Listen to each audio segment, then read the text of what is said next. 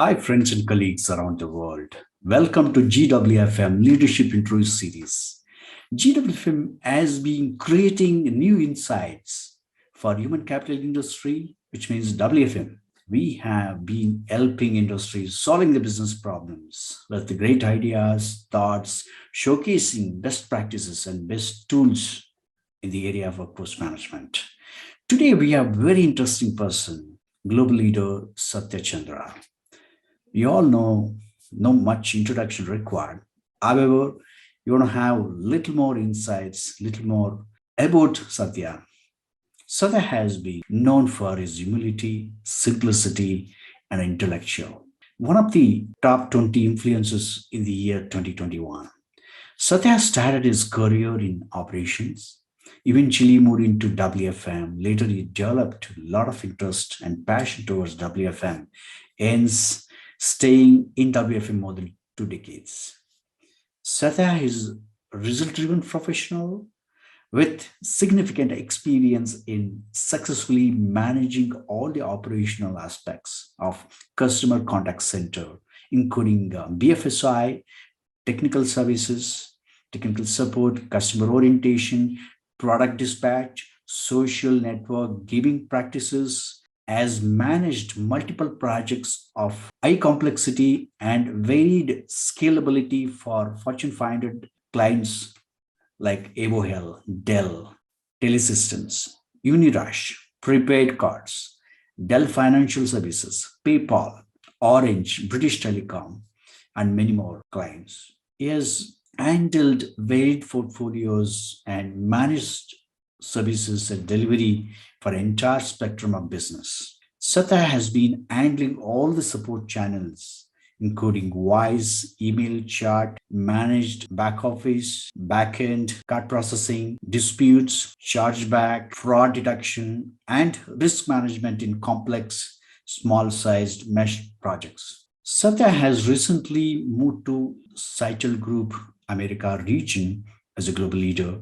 He has worked in HGS, Hinduja Global Services, for 8 years longer. Prior to that, he has worked in Teletech, TELUS International, Telecare, Global Solutions, IBM, and Wipro. Friends and colleagues, please join me welcoming Satya Chandra. Let us listen to his valuable insights for 2022. Satya, thank you so much for taking your time out for GWFM Leadership Interview Series. It gives us a great privilege and great opportunity for us to have you with us and learn from you, and a lot of aspects and some kind of insights that we're going to have from you is going to be enriching WFM community worldwide. And to have a conversation, I have a few questions, Satya. While we are looking at the rich experience, I'm curious to know why and when you're choosing WFM career. Okay, great. Great question, Dr. Shiva. And there's a bit of a story behind this. My first job was of a programmer. Okay, so I started as a front-end programmer and then as a database designer programmer. So Okay. did that for good 3 to 5 years, and that's when I entered into the contact center industry back in '99 and 2000. And very quickly I realized that everything in this industry, in the contact center industry, is everything about numbers and nothing else. While you're dealing with people, but how you deal with people, what outcomes you drive, everything is dependent on the numbers, and WFM is the backbone of that. So very soon I got interested in that, and just continued being part of WFM for almost these 18 years now.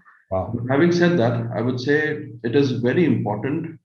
I personally feel that for all WFM professionals, it is important that as you grow up the career Right. progression as that happens, Right. it is important to be part of, if not all support functions, but at least if you could get a flavor of operations by running operations yourself. That's a very critical piece of WFM, because that's when you get to know the other side of the fence on, why, your frontliners behave the way they behave, what is important for them. How does that sink in with your planning purposes? Why is scheduling so important?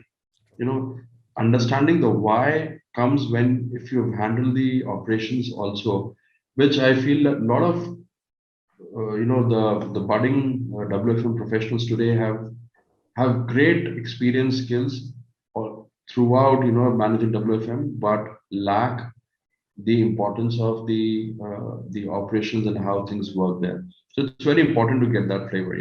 So I've done that in my career a couple of times, that I've run operations, moved back to WFM. Then whenever I could get an opportunity, I did operations again, some large and very complex operations. That keeps me abreast with what's happening there, and what should I focus on as a leader from a WFM standpoint. So That's amazing. In fact, I see that very rare people who long last. Either they getting it by accident or by intentional. Some of them have a dream career. I mean, your story is very interesting, and started with the programming and got into operations and then WFM. It's a fantastic combination. What's your passion towards WFM? If you could throw some light on that, Satya. like I mentioned, it's all about numbers. And that you'll find a lot of people who are very interested in numbers, and they know things like the back of their hand. I think within WFM, what kept me going, and the passion that I have about this whole WFM piece is, every situation is different from what you've handled in the past.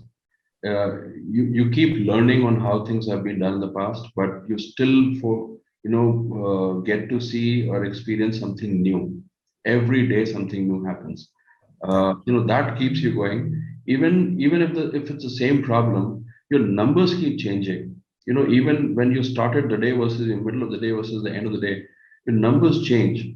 So if you understand them, if you can connect the KPIs and the outcomes to the inputs that you're making at different levels, whether it is any other support function or operations or WFM, I think that that is a mantra. And if you are a numbers guy, I think you would just not like to come out of this work and just continue to do this. So that's the passion there. Absolutely. I mean, your passion towards numbers and ends in WFM, right? Absolutely. It's very interesting. Can you tell us one thing without which your day doesn't start? Of course, or nice coffee. Oh yes, absolutely. A nice cup of steaming coffee is a must. But even more important, I would say, it's not just one thing. I think there are two or three things, I would say, which are very important for me. I don't start my day without looking at my to-do list from yesterday.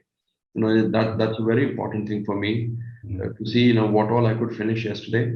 Right. My today's to-do list is made yesterday itself, so that I know exactly what I need to do today. So that's very important. Second, I invariably, I make it a point that I start my day by connecting with my team members, my at least my direct reportees, uh, even if it's a quick chat, but a very informal discussion almost every day, just checking with them on how things are. In between, if there's something which is on very high priority from a work standpoint, touch base on that as well. But it's a usual, 2 to 3 minute quick chit chat about everybody. Things are okay. How are you? What are the things that needs to be done? So that is a very important piece for me.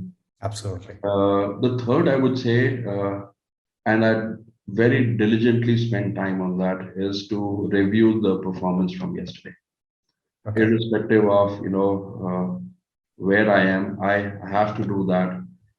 Otherwise, I feel that there's something which is missing. I have not looked at the numbers. I don't feel very confident getting into the meetings. Then if I have not reviewed the performance every day in different forms or whichever way, but that's an important piece for us.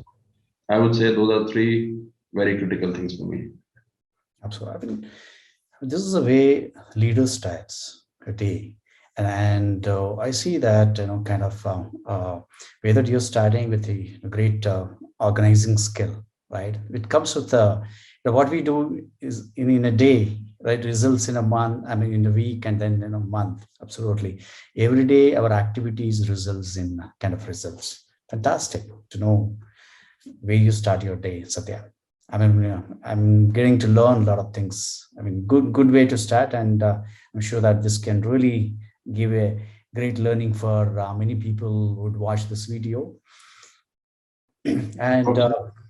moving on to the next question, according to you, what are the few must-have good habits and develop for WFM professionals to grow their career? Okay.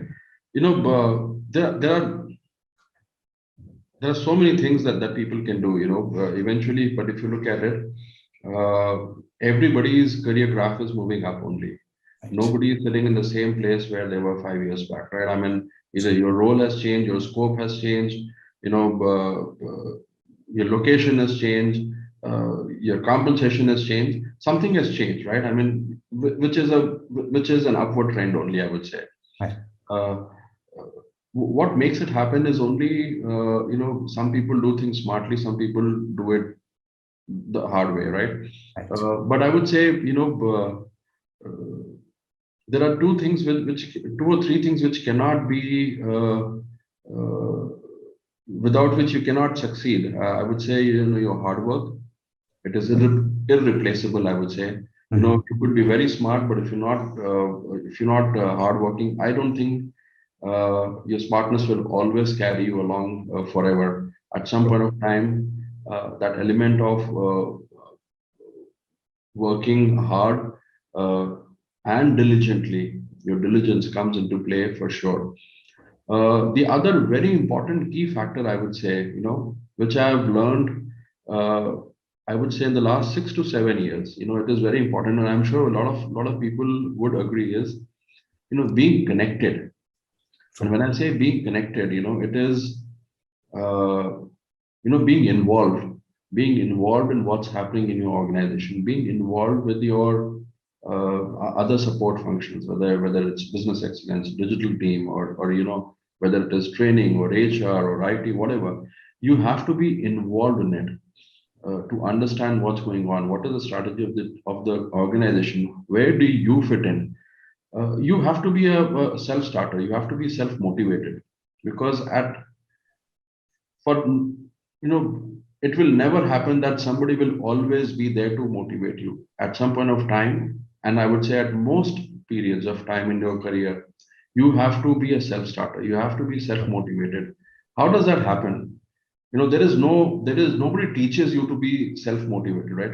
It True. only happens if you're curious and you're connecting with everybody around you, which is what gives you some food for thought every day on how things are being done. How could I do it differently?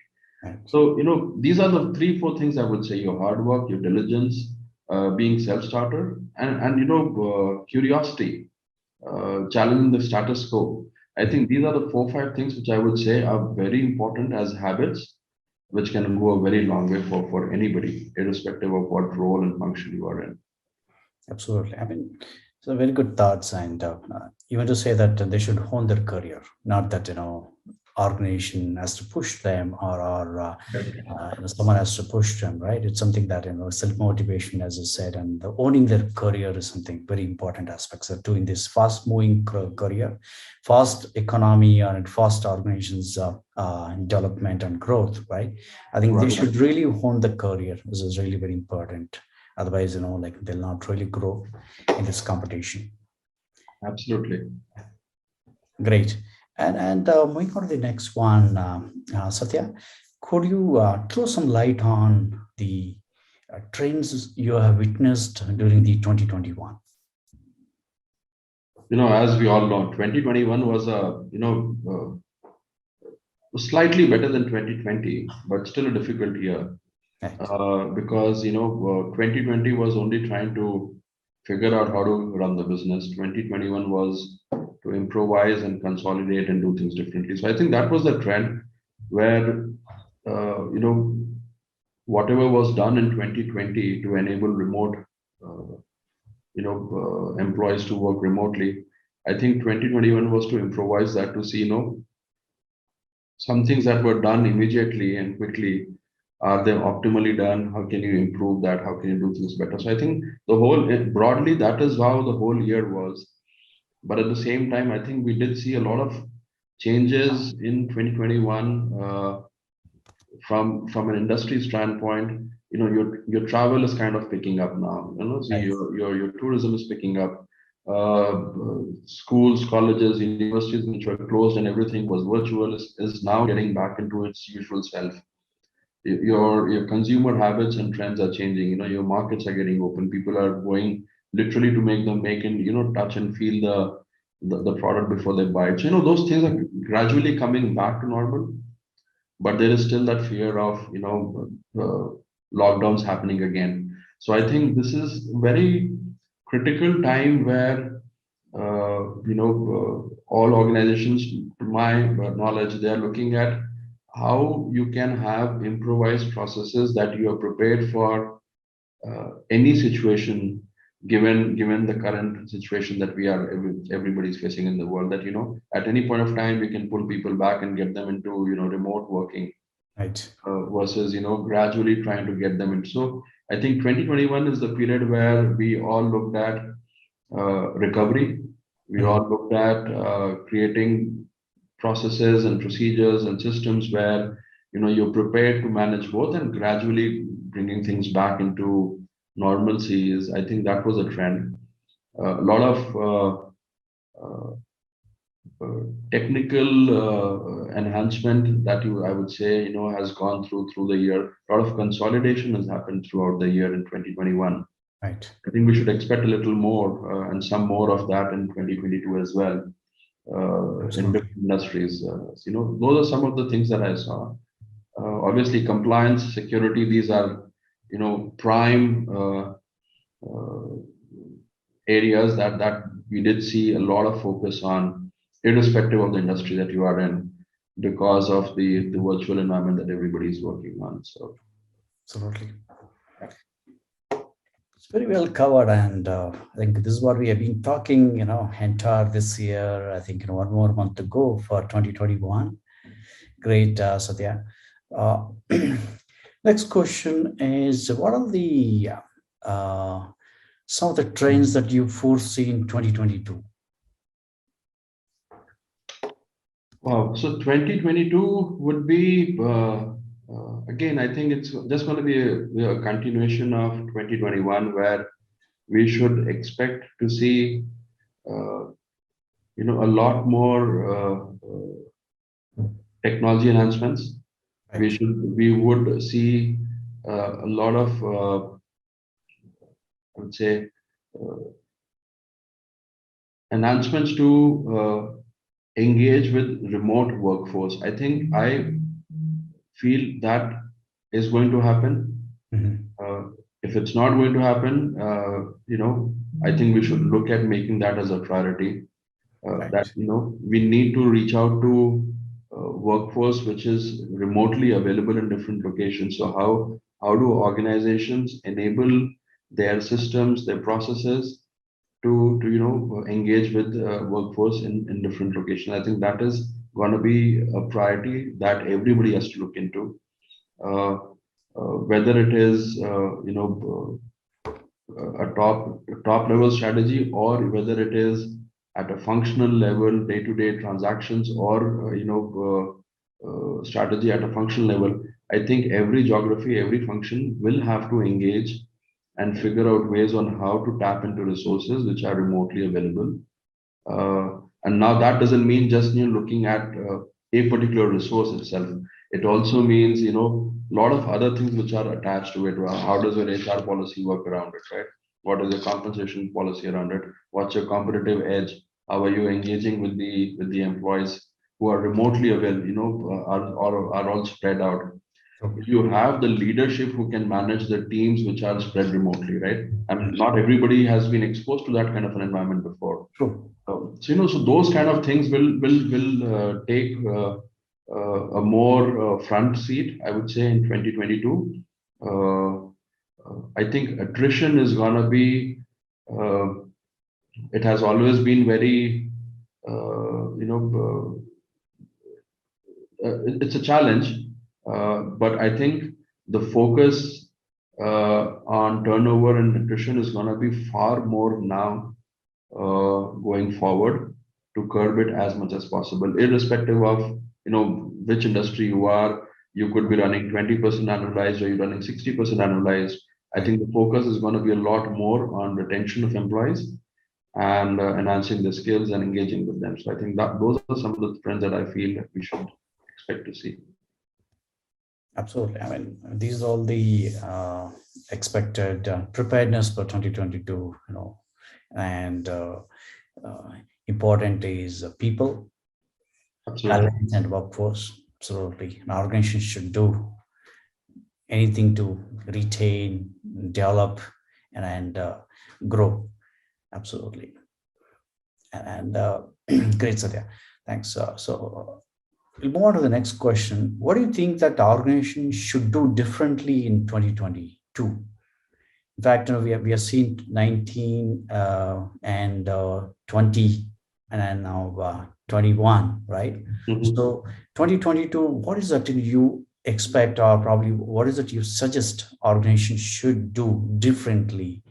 It could be any kind of organization. Let's take an example of contact centers and WFM industries, or and then any other industries that what do you suggest that they should do differently to one is to attract, develop, retain, and grow the organizations. What is it they should do differently? Maybe if you share some insights, or maybe some tips would definitely be helpful.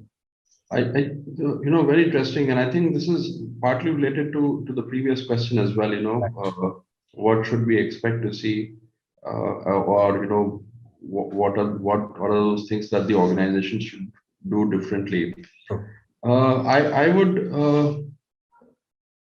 say, I think it is very important for every organization to do a status check of your current uh, internal policies, procedures, systems, uh, with the way they have been created and how you're operating, because things have changed completely. Absolutely. All these processes that were created uh, are not in line with how the world is set up today. So I think there has to be a very critical and a very conscious effort that needs to be done to look at, do these things even matter today? Right. Some of the things like, uh, does a attendance system through a building management system, does it even matter? It doesn't matter, right? Does attendance even matter? Right. A lot of companies are moving from your number of hours to your output of and quality of work. Mhm. So I think those are the things which will become even more critical now, which in itself will dictate changes in every other thing. you know Absolutely. so I think those are the things that we need to look at. We have to take a conscious look at current policies, current structures that we have. Those Right. are the things which were created prior to the pandemic and were more for controlling people and keeping an eye because they're working within environment versus you know uh, giving the enrichment to the employee to take decisions on their own on behalf of the company and drive outcomes. I think that is going to be the biggest game changer for every organization now, on Right. how you do that and how quickly you can do that. The other piece which I would say is, uh, because of the pandemic and even prior to that, I think as a company or an organization becomes large and they start becoming global in nature in their Right. footprint or in their operations, I Mhm. think one very important factor is collaboration. Right. Collaboration within the organization. And when I say that, there are people, you would see so many so many companies who are, especially in the contact center world, right? They are operating from multiple global locations. Right. But how do you converge all your employees together?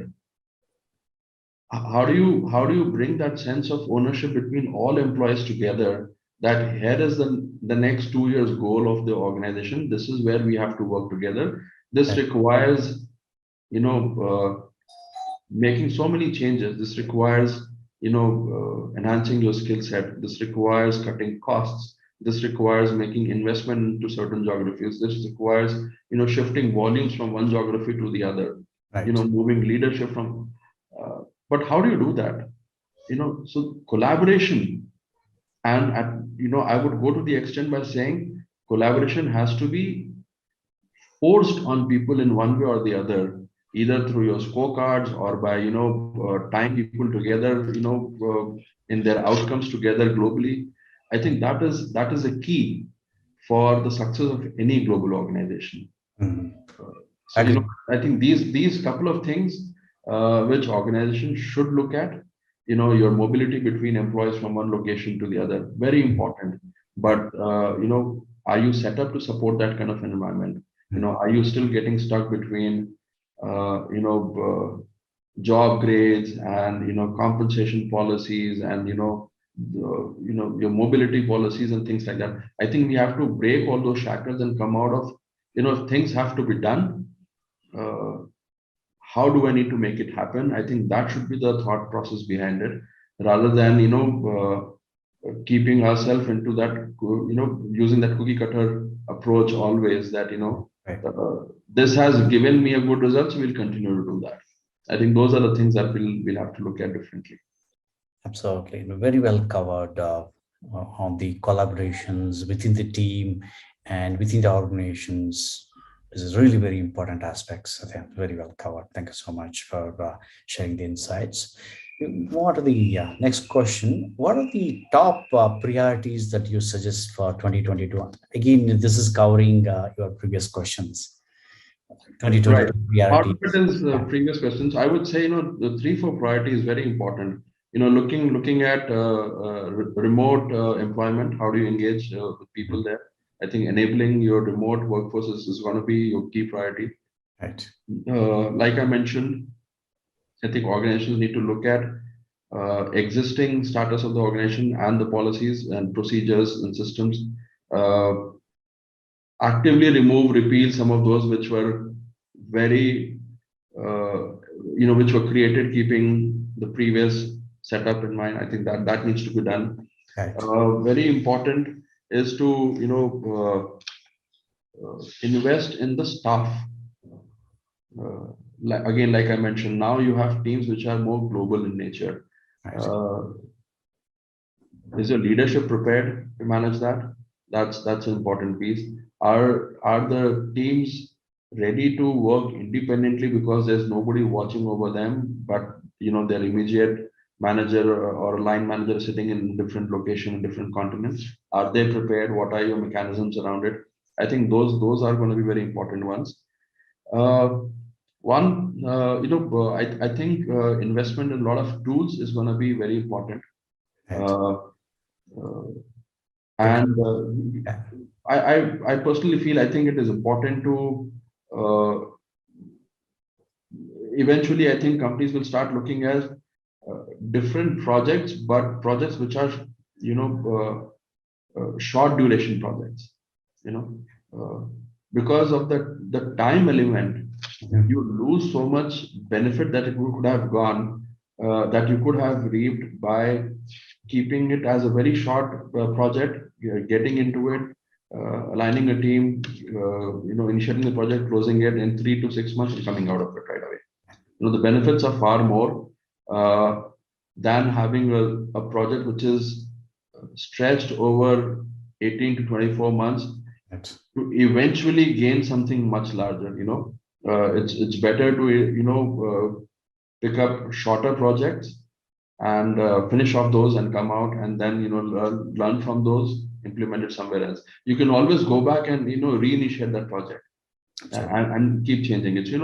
Those are the things which I would see being done differently, or should be the priorities which I would imagine would be coming in, because cost is becoming even more important. Everybody is looking at the leaky buckets. Your sales pipelines are going to be very important. Right. Uh, all of that is only possible, to invest in the clients more and more. If your buckets are not leaky enough, right? I mean, your costs are contained, your attritions are in control, those kind of things. So, so it is important to bridge those gaps first, so that you can focus more on your end customers and your clients to become more competitive. Absolutely. I mean, I liked about the first thing that organizations should do, investing on people, right? This is Absolutely. something that now uh, infrastructure, physical infrastructure is not there much like earlier. Now, big asset for the organization is people, right? The workforce and staff. Absolutely. Investing on them is something, first thing that the organization should do. I think that's one of the first priorities, very well covered. And technology transformation, right? And when organization and business is growing and technology advancement is something very essential. As you said, that today's world is all going to be shorter projects than longer projects because of technology and kind of business that we're getting into is short terms. Absolutely. We should expect these changes to happen. Wonderful, Satya. Satya, I have a last question. What is the message that you have for the WFM industry, where WFM industry can learn from you, or maybe some insights that you could give to global WFM industry, where across the world anyone can pick? I'm sure that whatever that you are spoke so far has been very insightful and a lot of good learnings in this process. And anything else that you want to suggest to the WFM industry that they should do something differently, or probably they should have more to do with in 2022, or going forward? What do you think that is really market is missing or industry is missing, and what is really required that essential? Sure. So I would probably break this message into two or three different parts. Sure. One would be for the WFM professionals. Right. The second would be for the technology companies who are creating the WFM platform systems. So I would probably break it down into two parts. First is for the professionals.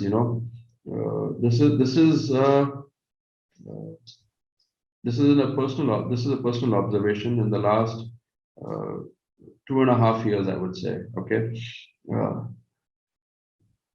and this is based on first-hand experience of people that I've interviewed for different positions. And I like interviewing for most positions. It is not just for my own team members, but even down. At times I sit down just to observe even a scheduler or somebody else if I have time, just to see and gauge the person. So based on so many interviews that I've sat through for different positions, I think there is, and I hope I'm not taken, in a wrong way here, but I feel there is a sense of, I wouldn't say sense of, there is an urgency between everybody to quickly move up. But there is nothing bad in that, okay? But I think uh, just to have that urge to move up is just not enough. I think it is important to learn the ropes uh, completely. There are new things which are coming into the market every day. There are new challenges which are coming in. I think it is important to be well versed with it.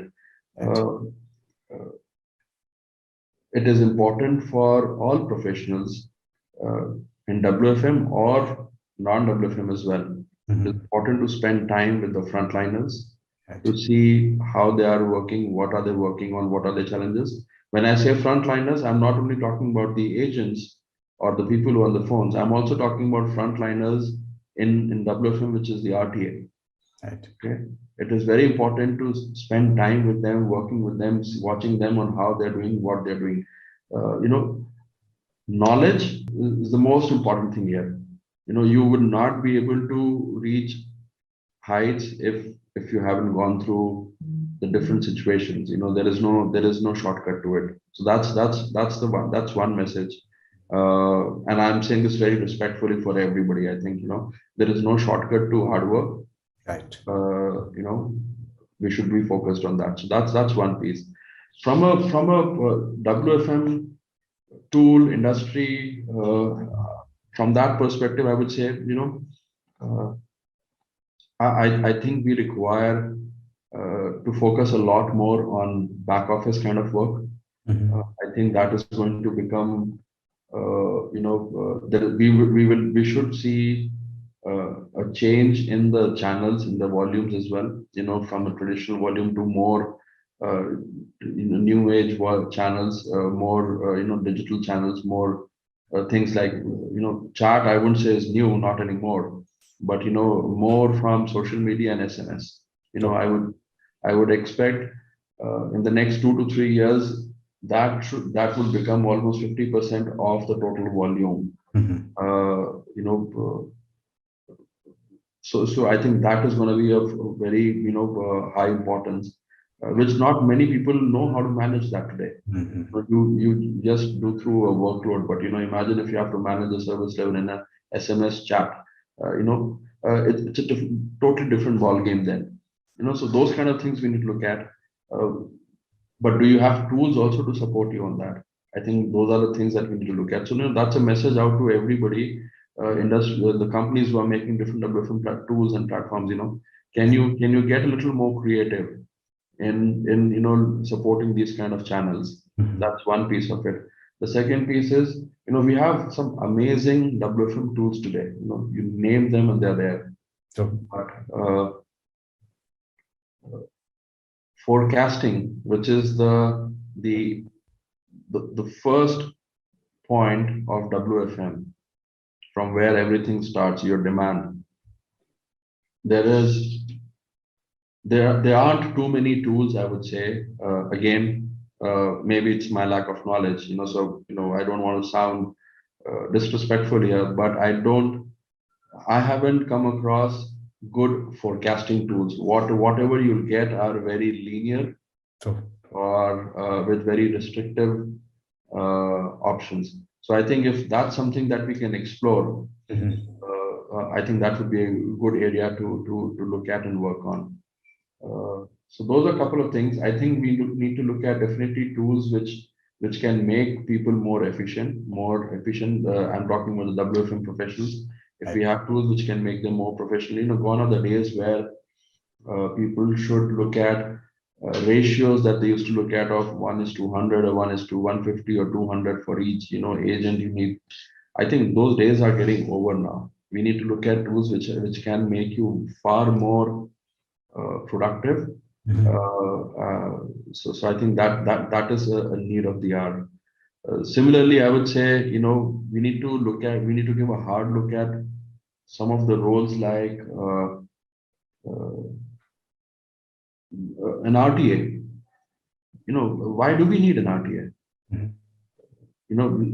Today, if Dr. Shiva has to come and finish up some work, he doesn't require somebody to watch over him and say, is he doing his work or not?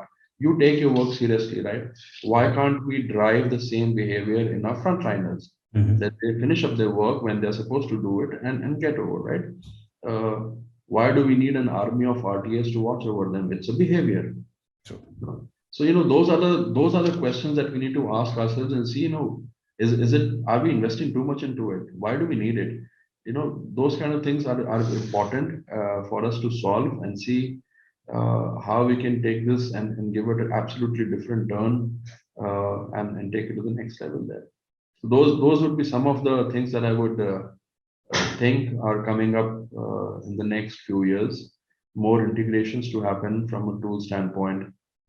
When I say specific integration, I'm specifically talking about the WFM tool. right. Today, they're all very strong tools, but their integrations with different other tools at times could be challenging. Not for all, but for some of those. I Mhm. think we need a far more variety of tools. We need to focus a little more on back office tools. Uh, uh, Tools which can give far more flexibility to our agents.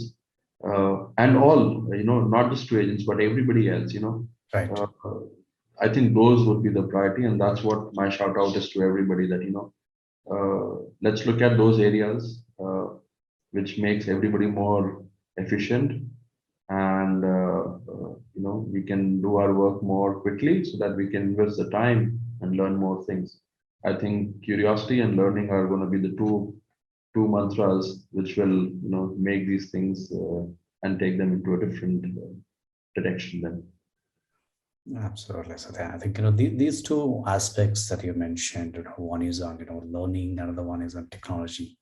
Both of them are very important pillars, right? So True. and any without any of these, we won't be able to be successful with our organization.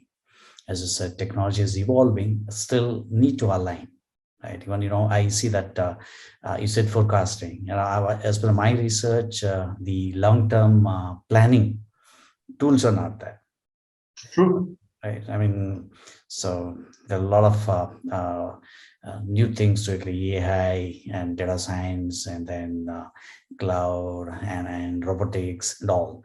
Still, some of the basics things that really need to work, and also connecting to internal tools, right, which is something very important. They should talk to each tools in the organization, which is something very important. It could be SAP, or this could be Oracle, or it could be homegrown tool in the organization, right? Integration is something that's very important aspects of it. I think technology is evolving and getting advanced. I'm sure that by 2022 we'll see new aspects of tools, and probably they would work on these aspects of it. That's great. That's great. So there, I think we have covered a good amount of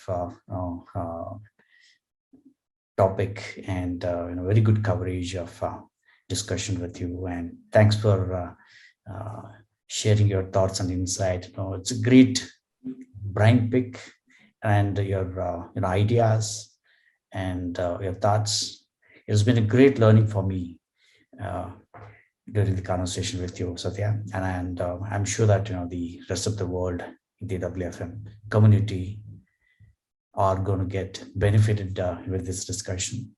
Thank you so much for taking your time out. Thank you so much, Dr. Shiva, for giving this opportunity and finding me worthy enough to spend time on this. I would just close the conversation by giving out a very small message to everyone, saying I think it's time we need to change our approach by trusting everybody on what they do, rather than questioning what they're doing, and I think it would make a hell lot of a difference between our day-to-day lives, and make things so much simple. So it's just a mindset. I think we should change it by looking at it that whoever is taking a decision for you, on your behalf, for you, or impacting you, we need to trust those people. Obviously, I'm not saying it, you start doing it blindly, but the thought process today is to question first, to figure out what's going on. Is there something wrong? Is there a loophole there? Could it have gone wrong? And did you take a shortcut? I think that inherent approach needs to change by trusting the team members more, and saying, yes, I'm sure you would have done it right way, and things have been done well. Uh, so I think that in itself creates a lot of collaboration. It liberates people so much that you can trust them blindly. They feel that they are valued enough, and things uh, become so much easier after that. So with that, I hope I could add some value, and this is helpful to people at some point of time. Thanks, Satya. It's Thank you. really great value add to the community, and to rest of the WFM folks, and to WFM community. It's been a great conversation with you, and great enriching learning, and also great insights to all of us, and really appreciate your presence. Besides your busy schedule, taking your time out to share this knowledge and your experiences has been great. Thank you so much, Satya, Thank you, for Dr. Shiva.